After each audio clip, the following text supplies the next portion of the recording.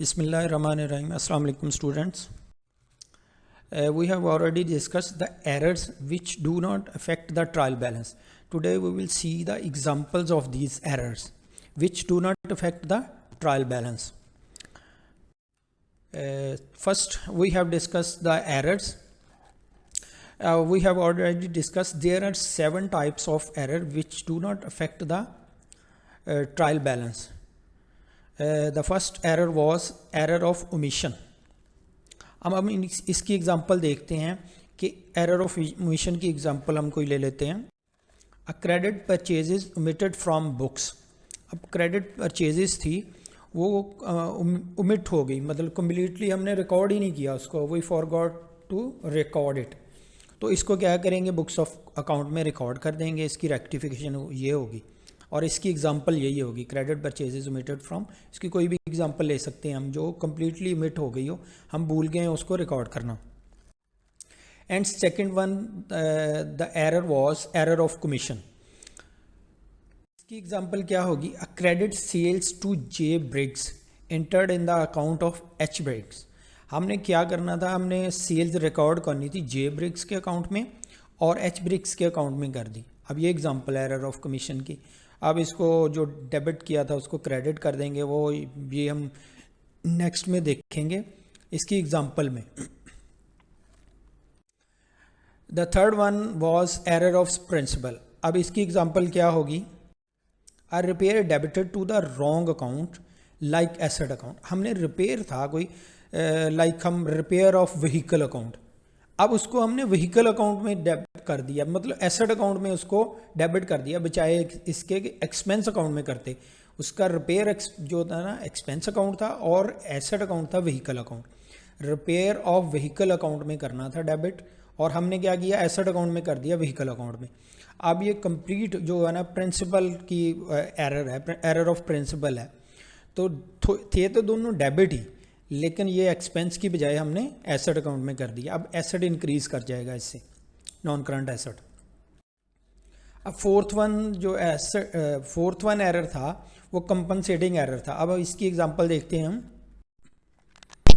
अब इसकी एग्जांपल क्या है कंपनसेटिंग एरर की, purchases with $15 high and sales also high with same amount. हम परचेजेस को हमने रिकॉर्ड किया लेकिन उसमें ज़्यादा अमाउंट हमने रिकॉर्ड कर दी $15 से, और सेल्स में भी $15 से ज़्यादा रिकॉर्ड कर दी. सेल्स को भी हमने ओवरकास्ट कर दिया, ज़्यादा उसमें $15 रिकॉर्ड कर दिया.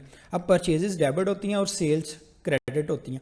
अब दोनों एक दूसरे के साथ कंपनसेट कर जाएंगे, मीन दोनों तरफ मिस्टेक्स जो है ना वो ट्रायल बैलेंस में उसके बैलेंस होने में, इक्वल होने में कोई भी वो फाइंड आउट नहीं कर सकते हम एरर.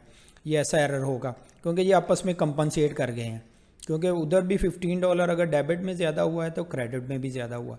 अब ये इनको बोलते हैं कंपनसेटिंग एरर, मींस के एरर्स दोनों तरफ हुए हैं, डेबिट और क्रेडिट साइड पे, और ये आपस में कंपनसेट कर गए हैं. इसलिए फाइंड आउट नहीं कर सकते हम इसको उसमें ट्रायल बैलेंस में, क्योंकि ट्रायल बैलेंस तो इक्वल हो जाएगा. नेक्स्ट एरर है एरर ऑफ ओरिजिनल एंट्री. अब इसकी एग्जांपल है, a credit purchases for $100 recorded in the books as 10.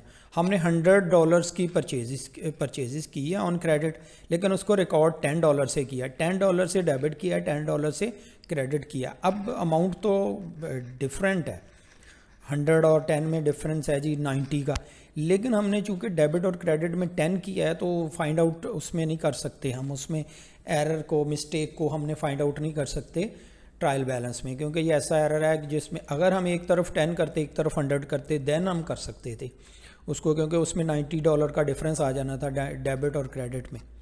तो अब इसमें चूँकि ये ओरिजिनल एंट्री है, लेकिन हमने क्या किया है, दोनों तरफ डेबिट और क्रेडिट में सेम अमाउंट से किया. अब ये इसको एरर ऑफ ओरिजिनल एंट्री बोलते हैं, जो कि फाइंड आउट नहीं कर सकते ट्रायल बैलेंस में क्योंकि वो इक्वल होगा.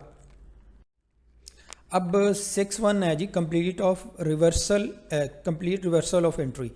अब इसकी एग्जांपल क्या है, payment of advertising debited to bank and credited to advertising. अब जब हमने पेमेंट करनी थी एडवर्टीज़मेंट की तो हमने क्या करना था, एडवर्टीज़मेंट एक्सपेंस को डेबिट करना था, बैंक को क्रेडिट करना था, लेकिन हमने क्या किया उसको रिवर्स कर दिया.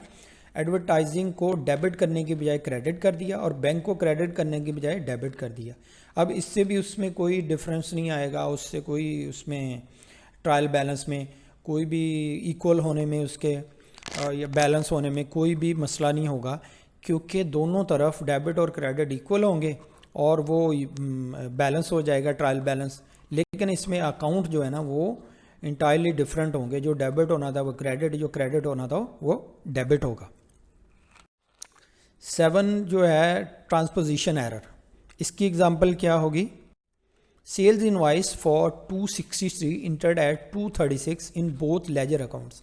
अब हमने एक सेल्स इनवॉइस थी जो कि 263 की थी, उसको एंटर्ड हमने बुक्स ऑफ अकाउंट्स में कैसे किया है 236। इसको ट्रांसपोजिशन एरर किस लिए बोलते हैं कि फिगर तो सेम है, अमाउंट वो जो डिजिट्स हैं वो सेम है 263, अब 236 कर दिया, मीन 6 भी है उसमें, 3 भी है, 2 भी है, लेकिन जो है ना वो उसकी उसकी प्लेसमेंट जो चेंज हो गई है, उसकी प्लेस चेंज हो गई है। 263 था वो 236 कर दिया, जो भी इसमें वो डिफरेंस आता है हमने, तो इसको ट्रांसपोजिशन एरर बोलते हैं। तो इसमें जो जितना डिफरेंस हो फिर हम उसको उसमें रेक्टिफाई करने के वक्त इसको कर देते हैं, सेटिंग इसकी कर देते हैं। तो ये एरर्स थे, इसको हमने 1 बाय 1 देखा कि एग्जांपल्स इनकी क्या हो सकती हैं।